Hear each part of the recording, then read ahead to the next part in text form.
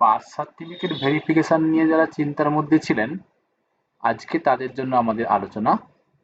Birth certificate ভেরিফিকেশনের এই মুহূর্তে পশ্চিমবঙ্গ সরকার থেকে যেটা ঘোষণা করা হয়েছে তা খুবই খুশির খবর সবার জন্য।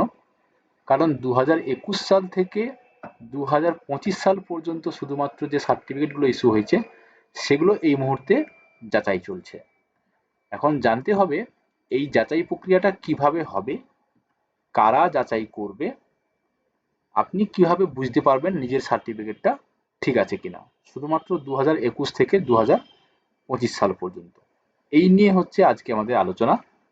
চ্যানেলে যারা নতুন তারা এখনই আমাদের চ্যানেলটিকে সাবস্ক্রাইব করে দিন এই ধরনের আপডেটগুলো পাওয়ার জন্য।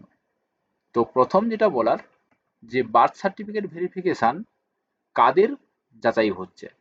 2021 সালের জানুয়ারি থেকে 2025 সালের ডিসেম্বরের মধ্যে যে সমস্ত সার্টিফিকেটগুলো মানে জন্ম সার্টিফিকেটগুলো ইস্যু করা হয়েছে, শুধুমাত্র জন্ম এবং মৃত্যু সার্টিফিকেট, সেইগুলো শুধুমাত্র ভেরিফিকেশন চলছে। কেন এই পদক্ষেপ আমরা আগেও জানিয়েছি। এসআইআর চলা অবস্থায় তাতে বোঝা যাচ্ছিল যে কারসাজির কিছু ব্যাপার আছে এই জন্ম মৃত্যু সার্টিফিকেট নিয়ে। তো সেই জন্য বর্তমান সরকার এখন এই পদক্ষেপ নিয়েছে। কে যাচাই করবে? সবার মাথায় এখন এটা আসছে যে যাচাই প্রক্রিয়াটা করবে কে? গ্রামীণ এলাকায় ব্লক ডেভেলপমেন্ট অফিসার মানে যিনি বিডিও, আর শহরাঞ্চলে মহকুমা ম্যাজিস্ট্রেট এসডিএম, ইনারা যাচাই প্রক্রিয়ায় অংশগ্রহণ করেছেন। ইনাদের মাধ্যমে যাচাইটা হবে। সাধারণ মানুষকে কি এখানে যেতে হবে? কোথাও যেতে হবে না, কারণ এটা বিডিও অফিসে অটোমেটিক ভেরিফিকেশন হচ্ছে। কোনো গালতি বা কোনো ডিফিকাল্ট ধরা পড়লে তখন হয়তো সেটা কাউকে হয়তো জাজ করা হতে পারে। তো এই মুহূর্তে সাধারণ মানুষের এটা নিয়ে কোনো ঝামেলার কিন্তু কিছু নেই। শুধুমাত্র বিডিও অফিস আর এসডিএম অফিসের মাধ্যমে এই ভেরিফিকেশন প্রক্রিয়াগুলো কিন্তু চলছে। কখন শেষ হবে? এই ভেরিফিকেশন প্রক্রিয়া সরকারের তরফ থেকে জানানো হয়েছে সেপ্টেম্বর 2026-এর মধ্যে। এটা আগস্ট চলছে, সেপ্টেম্বরের মাসের মধ্যে এই ভেরিফিকেশন এই প্রক্রিয়াটা কিন্তু শেষ করতে হবে। প্রমাণপত্র জারির নতুন নিয়ম।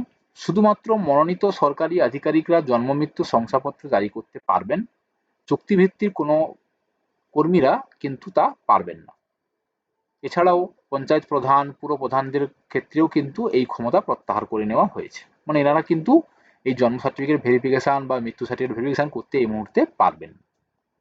পুরনো রেকর্ড স্ক্যান কি করা হচ্ছে? আলটিমেট সমস্ত পুরনো জন্ম মৃত্যু রেজিস্টার স্ক্যান করে কেন্দ্রীয় পোর্টালের সঙ্গে সংযুক্ত করা হচ্ছে এবং একটি নতুন ডিজিটাল ডেটাবেস তৈরি করা হচ্ছে, যেই ডেটাবেসের মাধ্যমে আপনারা নিজেই স্ক্যান করলে, নিজেই অনলাইনে আপনার জন্ম যে সার্টিফিকেটের নাম্বার দিলে আপনি নিজেই আপনার সার্টিফিকেট জেনারেট করতে পারবেন বা দেখতে পাবেন।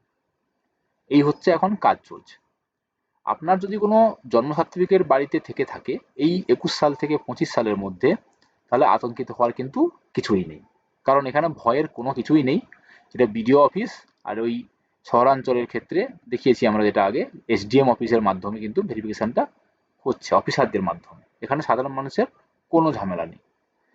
এখন আপনি যদি ভাবেন যে আমার এই তারিখের মধ্যে আমার বাড়িতে এক জন্ম সার্টিফিকেট আছে, আপনি চাইলে কিন্তু এই অনলাইন সার্ভারে গিয়ে, মানে অনলাইন যে পোর্টাল, সেই পোর্টালে ঢুকে গিয়ে নিজের মোবাইল থেকে চেক করতে পারেন। উপরে ভিডিওতে আমি লিঙ্ক দিয়েছি, এই লিঙ্কটাতে ঢুকে যান।